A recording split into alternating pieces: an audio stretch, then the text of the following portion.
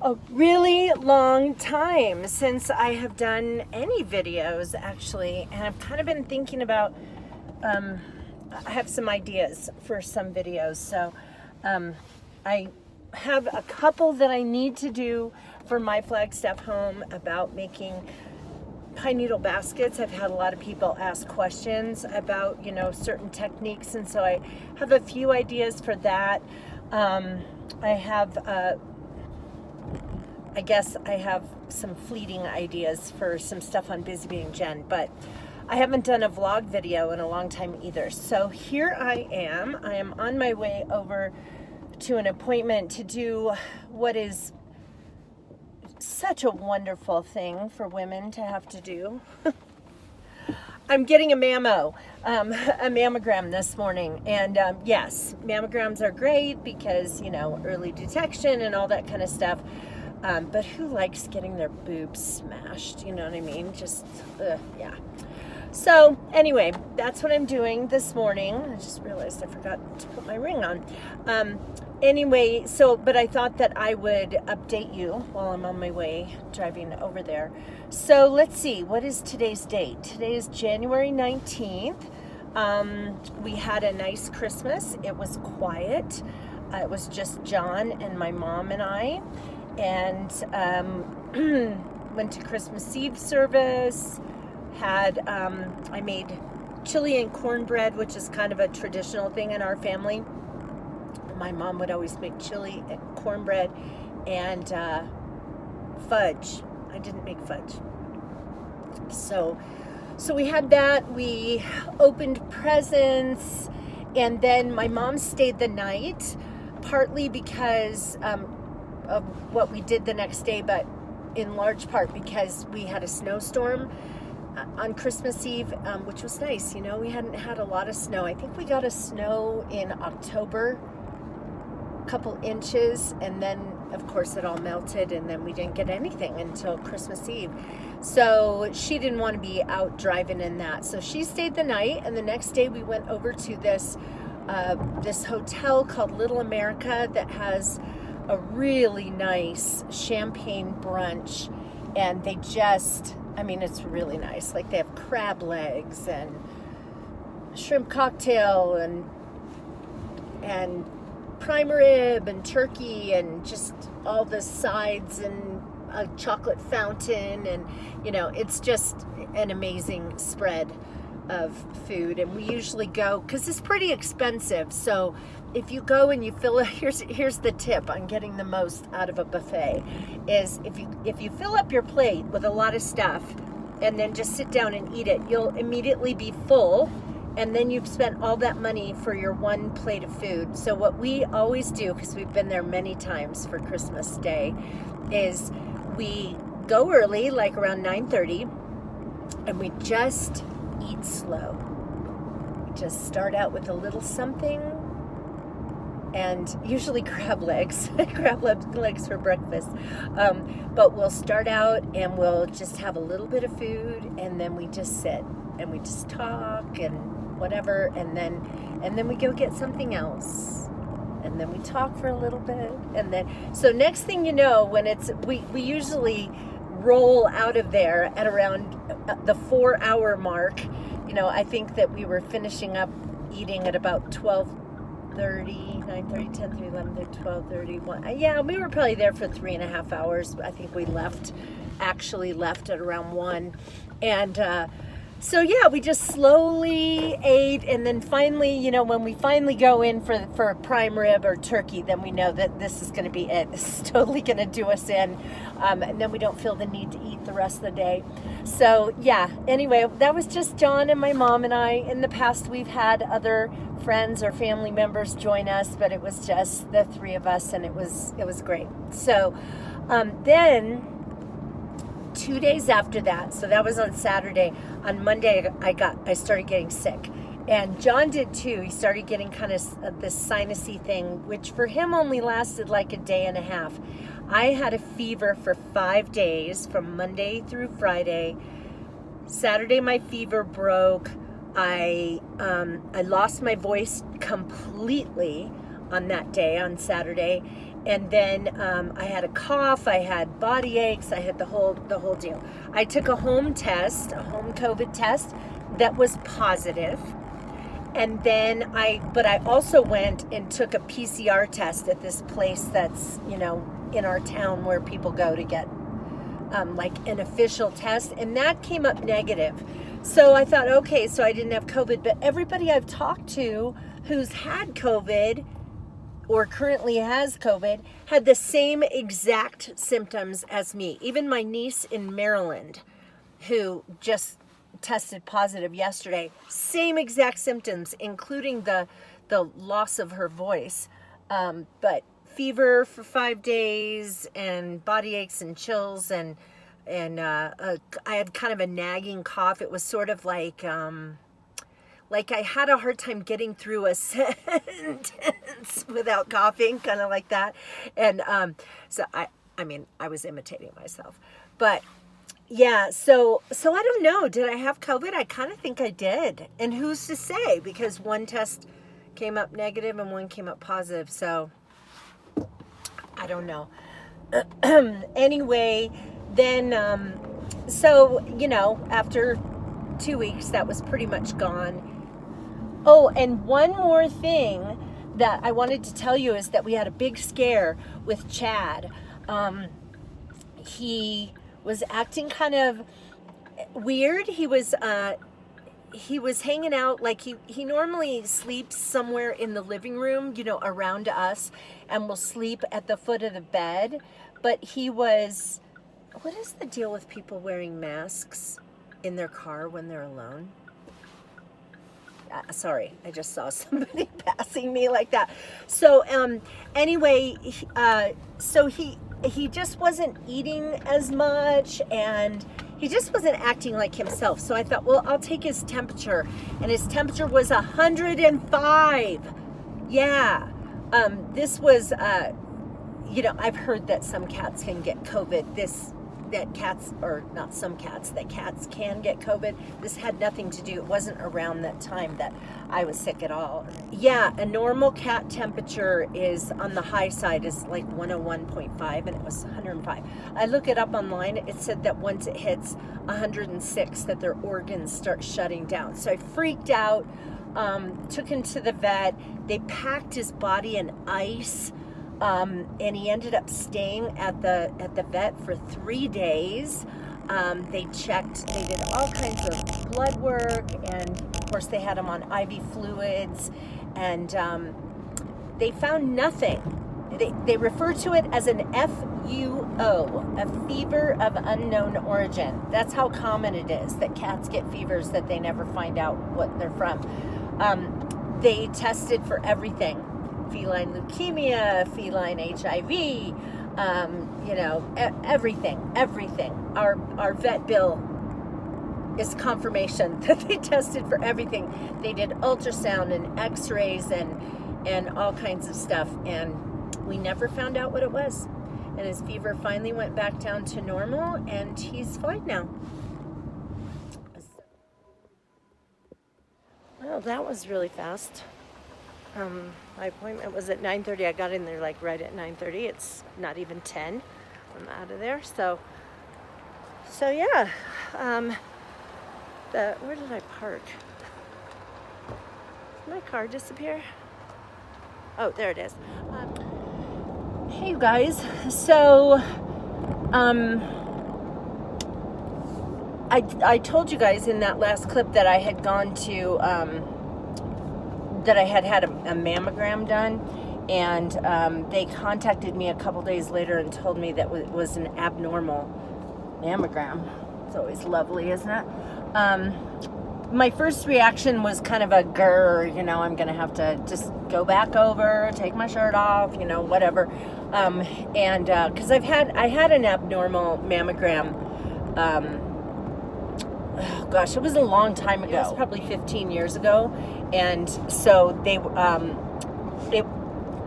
said it turned out to be nothing. They did an ultrasound and just said it was that time of the month, and so some weird things were showing up. I have dense breast tissue.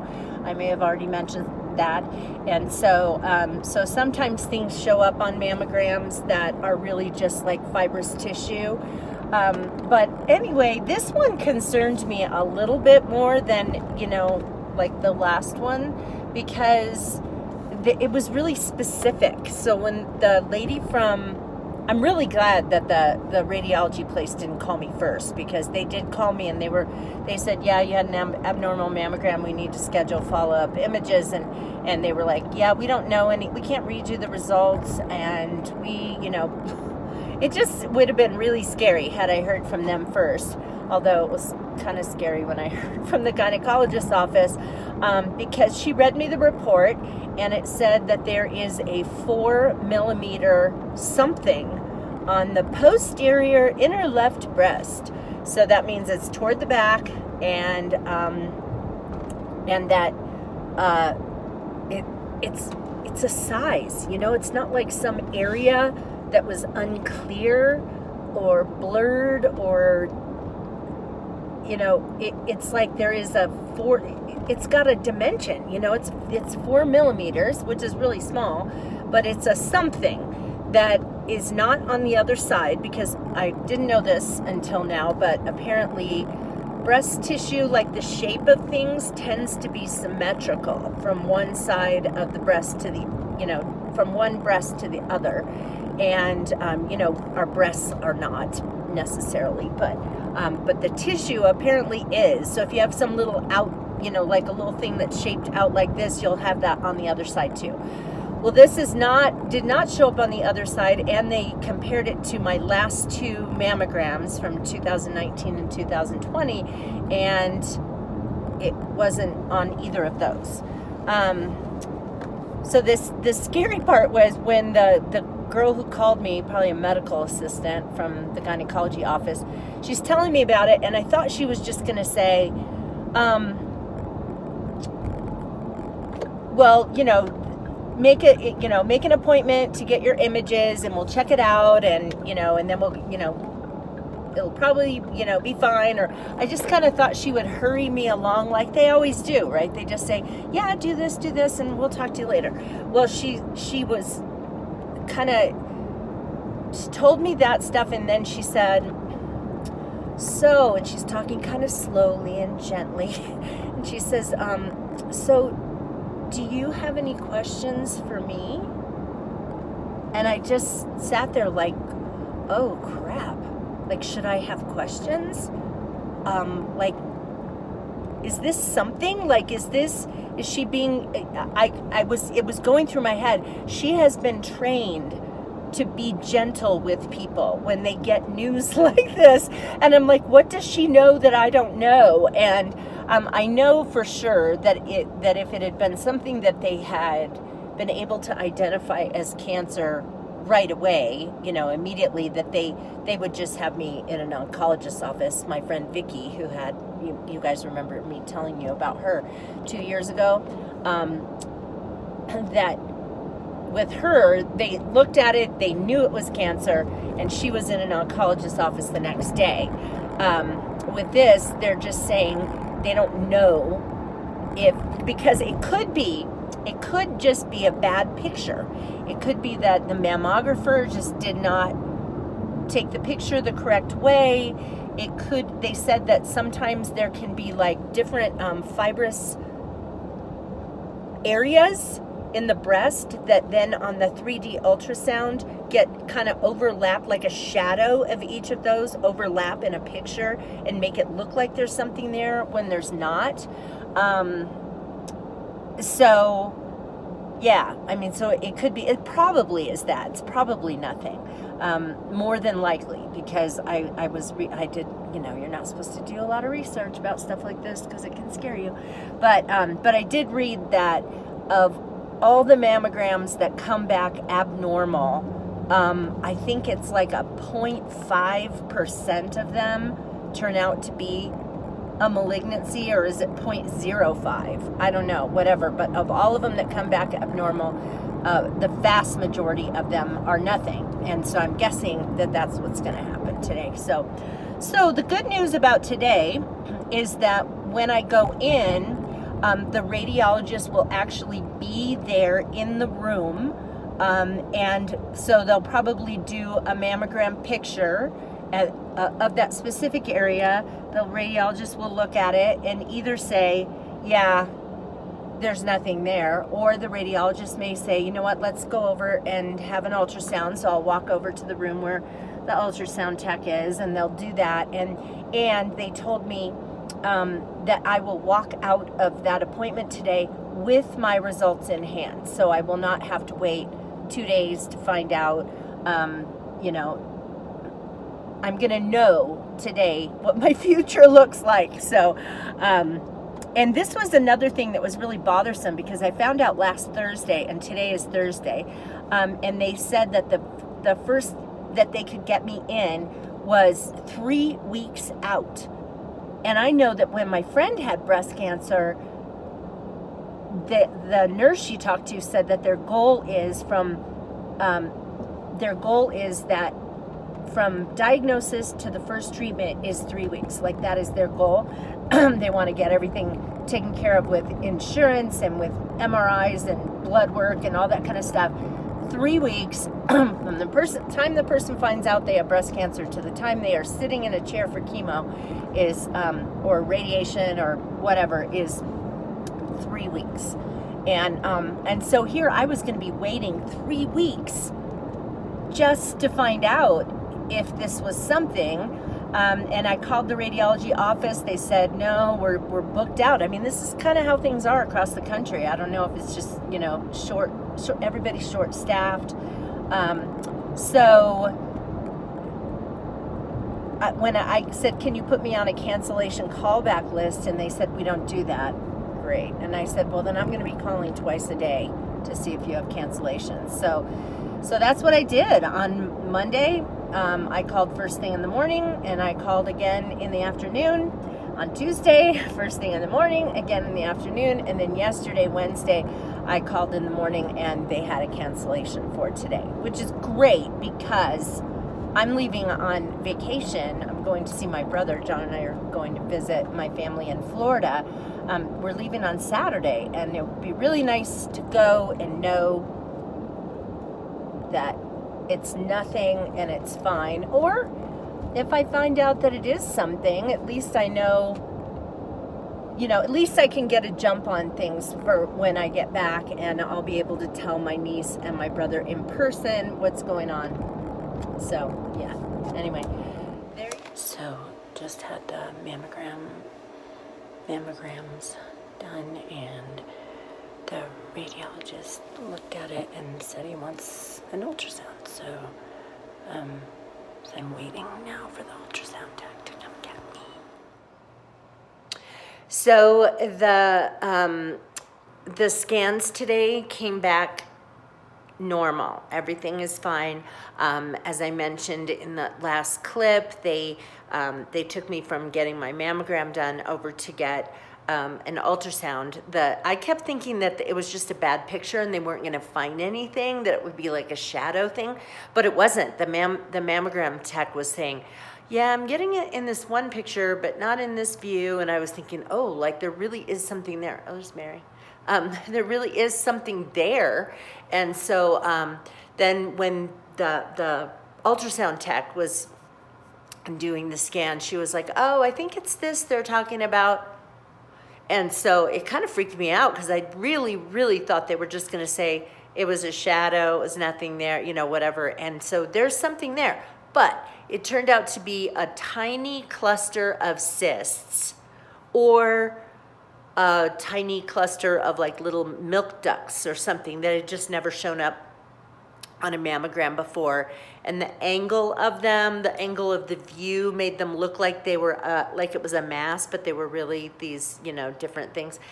Anyway, the radiologist came in, talked to me, said that the breast tissue all looked normal, benign, no need for rechecking, no need to do anything, come back in a year, and I'll